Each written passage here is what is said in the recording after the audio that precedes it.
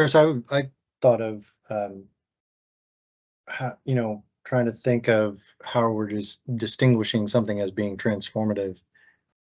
Because you began talking about this as being adult learning as opposed to development.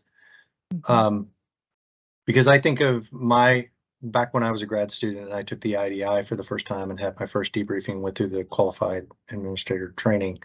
I see that as a pivotal moment in how I kind of reframed Mhm. my understanding of my own intercultural development Right. and where I was.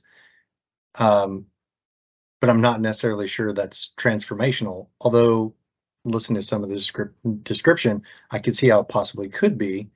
But as you're talking about, in the workplace or at the institutional level, I think about agriculture, about having everyone doing the IDI. That's an entire college worth of Mhm. people who are going through the same experience.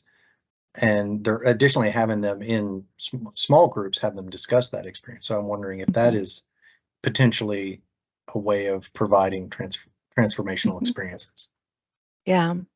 Yeah, I think it's an interesting question. Can institutions, can communities set themselves up as a group for transformation?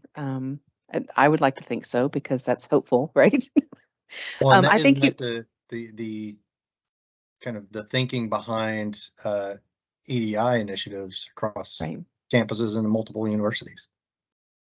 Yeah. And I think you bring up an interesting point as well, and that's like when does when does transformative learning start? When does the developmental stop and the transformation start? And that's a very gray area because we don't have a defined point when people are adults, right? We don't have a defined sense of when when a person is a fully developed person, right? So so I think there are lots of cases when adolescents or college age students, young adults could still be in development or could be going through transformational processes because that aspect of their self has already been set and developed and now is shifting in some fundamental way. So it's not easy to differentiate, I guess is what I'm saying. Yeah, and when I think about, for example, study abroad, how we have so many students who come back and say that it was a transformational experience. Was it truly transformative, or this was just an accelerated leap in their development Mhm. because of the intensity of the experience? So that's Right. another. Right. Yeah, that's debatable. And I think also some people would say it's debatable because they say that, but can you see it? Right. So, just catching up with the chat comments here. Yeah. So Aletha brings up a great point. I use it in the intercultural context a lot, but actually, where a lot of people use transformative learning theory is just to talk about major life changes. So if you think about,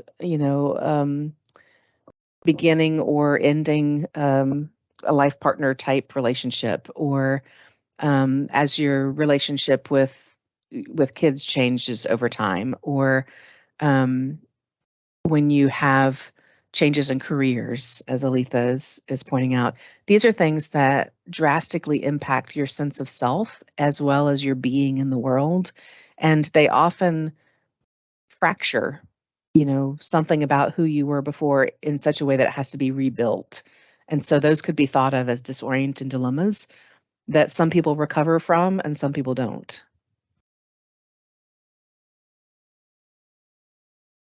I do want to say one more thing that I should have made clear at the very beginning, that transformative learning theory is value laden. It is not it's not just a synonym for change, because the assumption in transformative learning theory is that you're moving in both a positive direction for you personally in terms of your health and your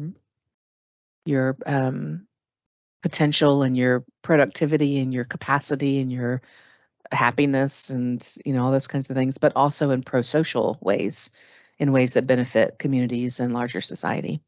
So if you have negative changes after a disorienting dilemma and you can't cope and you become dysfunctional, that wouldn't be considered transformative learning according to this set of principles. Sounds more like that would be characterized as trauma. Yeah. Yeah.